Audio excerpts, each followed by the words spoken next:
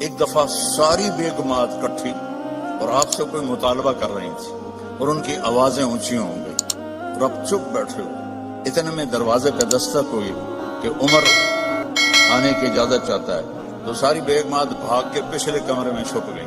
تو جب حضرت عمر اندر آئے تو آپ بڑا ہنسے گا, عمر دیکھو یہ میرے ساتھ جھگڑا کر رہی تھیں, تم آئے تو بھاگ کے پیچھے چلی گئی. وہ کہنے لگے او جان کی دشمنوں, مجھ سے ڈرتی ہو اور اللہ کے نبی سے نہیں ڈرتی ہو. کہنے لگی اس لیے کہ تو بہت سخت ہے اور نبی تو بہت نرم ہے ریشم کی طرح. آپ سب کے سامنے ہاتھ جوڑتا ہوں کہ اپنے نبی کی زندگی کو اپنا لو. اپنے ہر چیز میں دیکھو میرا نبی کیا آپ نے عورتوں کو بھی طریقہ بتایا, مردوں کو بھی طریقہ بتایا, جوانوں کو بھی بتایا, بوڑھوں کو بھی بتایا, زندگی کے اصول بتائے. میں جب بھی آتا ہوں ایک بات سنتا ہوں کہ طلاقیں بہت بڑھ رہی ہیں, طلاقیں بہت بڑھ رہی ہیں, طلاقیں بہت بڑھ رہی ہیں, کیونکہ نبی کی زندگی نہیں سیکھی, نہ لڑکی نے نہ لڑکے.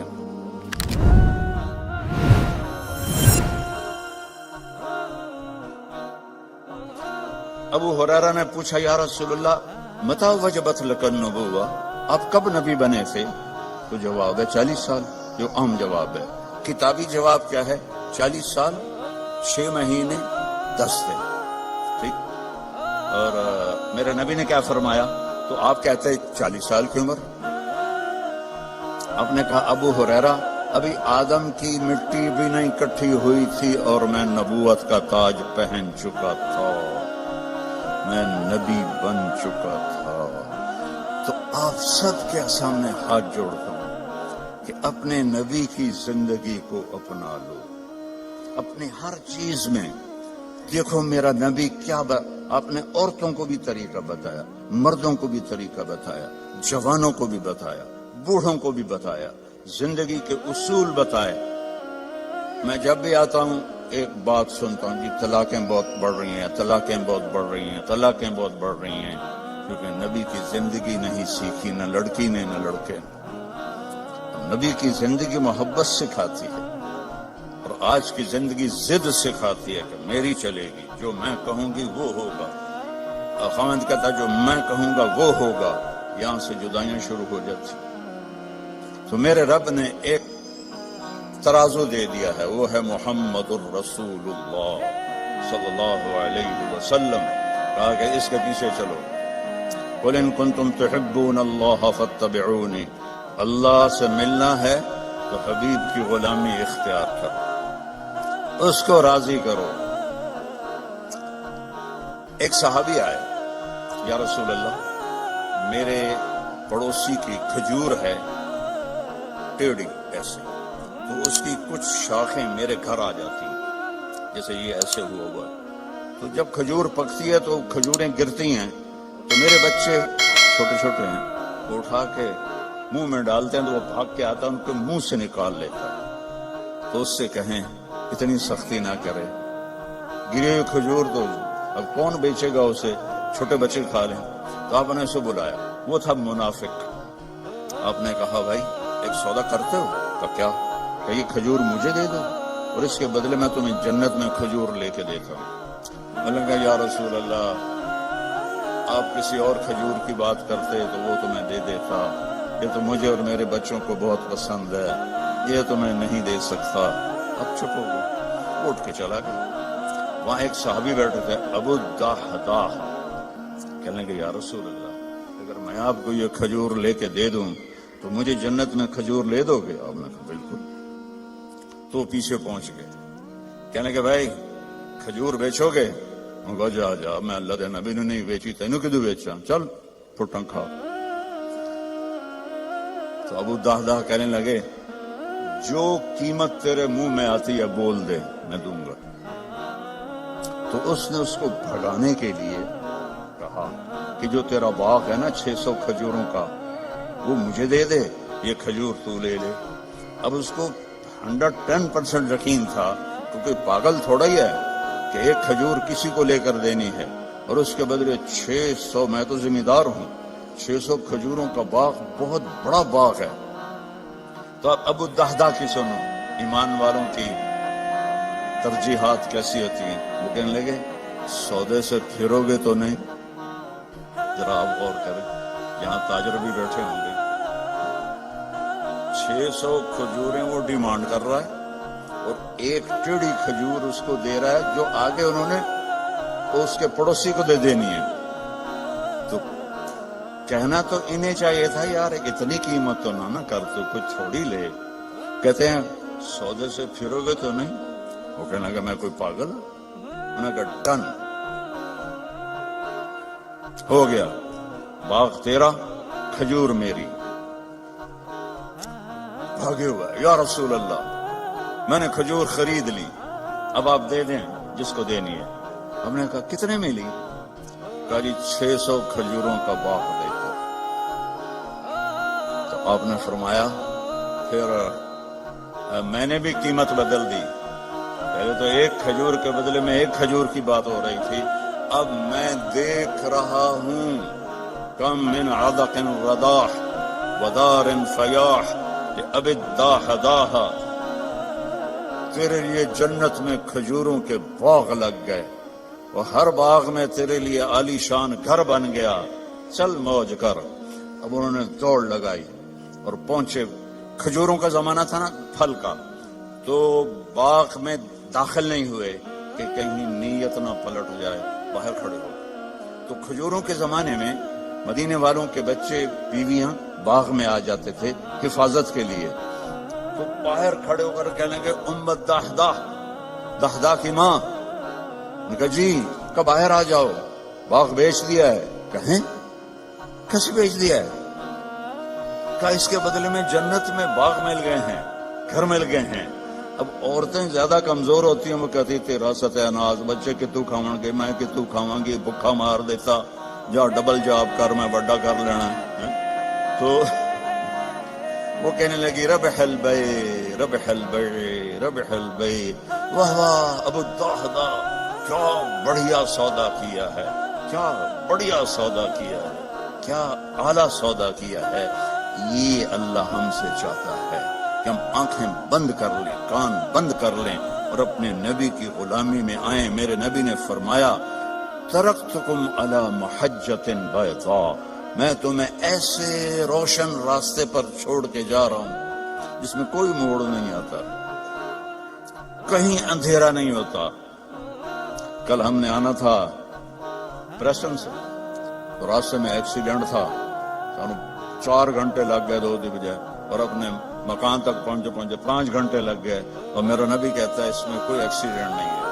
حجۃ بیضاء, کارپیٹڈ سفید راستہ, نہ موڑ ہے, نہ نیچے ہے, نہ اوپر ہے, اور اس میں رات بھی آتی ہے تو روشن ہو کے دن میں تبدیل ہو جاتی ہے. کتنی بڑی تسلی ہے میرے نبی کی.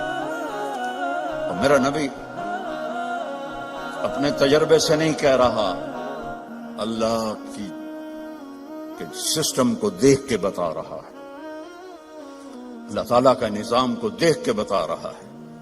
تو آپ نے فرمایا اس پہ آ جاؤ, جہاں مرضی رہو, مدینے رہو, برمنگم رہو, سیدھا اللہ کی رضا لے کے جاؤ. لا یزیغ عنہا الا ہالک, اس راستے کو چھوڑو گے ہلاکت تمہارا مقدر بن جائے گی. تو اللہ تعالیٰ نے ایک حبیب بنایا. اللہ نے کسی نبی کی قسم نہیں کھائی قرآن میں, اپنے نبی کی قسم کھائی. لعمرک, اے میرے محبوب مجھے آپ کی جان کی قسم. آپ کو پتا ہے ہمارے انڈیا پاکستان میں جس سے زیادہ محبت کا اظہار کرنا ہو تو کہتے ہیں تیری جان کی قسم. حالانکہ یہ ٹھیک نہیں ہے, لیکن ہم کہتے ہیں تیری جان کی قسم. اور میرا اللہ اپنے حبیب سے کہہ رہا ہے میرے محبوب آپ کی جان کی قسم. اللہ نے کسی نبی کے شہر کی قسم نہیں کھائی, اپنے حبیب کے شہر کی قسم کھائی. لا اقسم بهذا البلد وانت حل بهذا البلد ووالد وما ولد, 4 قسمیں مکے کی. اچھا اس میں لا جو آیا نا, لا نہیں, تو ایک اس کا ترجمہ ہے کہ یہ لا اضافی ہے. اللہ کہہ رہا ہے اقسم بهذا البلد, میں قسم کھاتا ہوں اس شہر کی. اچھا عربیت میں بڑا وسعت ہے, اس کا ایک معنی شاید آپ نے کبھی نہ سنا ہو.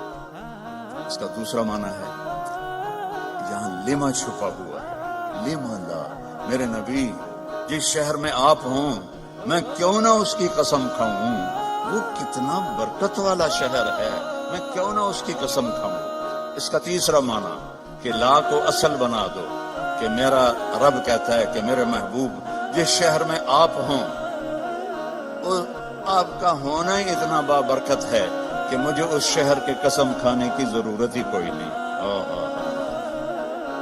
آپ کی کتاب کی قسم کھائے، یاسین والقرآن الحکیم، تورات کی قسم نہیں، زبور کی قسم نہیں، انجیل کی قسم نہیں، بائبل، لا یاسین والقرآن الحکیم۔ نوح علیہ السلام کو قوم نے کہا اِنَّا لَنَرَاكَ فِي ضَلَالٍ مُبِينٍ، اے نوح تو گمراہ ہے۔ انہوں نے کہا لَيْسَ بِي ضَلَالَةٌ، میں گمراہ نہیں۔ ہود علیہ السلام کو ان کی قوم نے کہا اِنَّا لَنَرَاكَ فِي صَفَاحَةٍ، آپ نے کہا لَيْسَ بِي صَفَاحَةٌ، میں پاگل نہیں ہوں۔ نبی پہ اعتراض ہوا، نبی نے جواب دیا، میرے نبی پر بھی اعتراض ہوا۔ وَيَقُولُ الَّذِينَ كَفَرُوا لَسْتَ مُرْسَلًا، تجھے کس نے رسول بنایا؟ تجھے کس نے رسول بنایا؟ یاکل الطعام ویمشی فی الاسواق، تو ہماری طرح زندگی گزارتا ہے، نہ تیرے پاس فرشتے آتے ہیں نہ تیرے پاس کچھ ہے، تو تجھے کس نے نبی بنا دیا؟ تو نبی نہیں ہے۔ تو میرے رب نے فرمایا میرے محبوب آپ نے جواب نہیں دینا، میں جواب دوں، تیرا رب جواب دے گا۔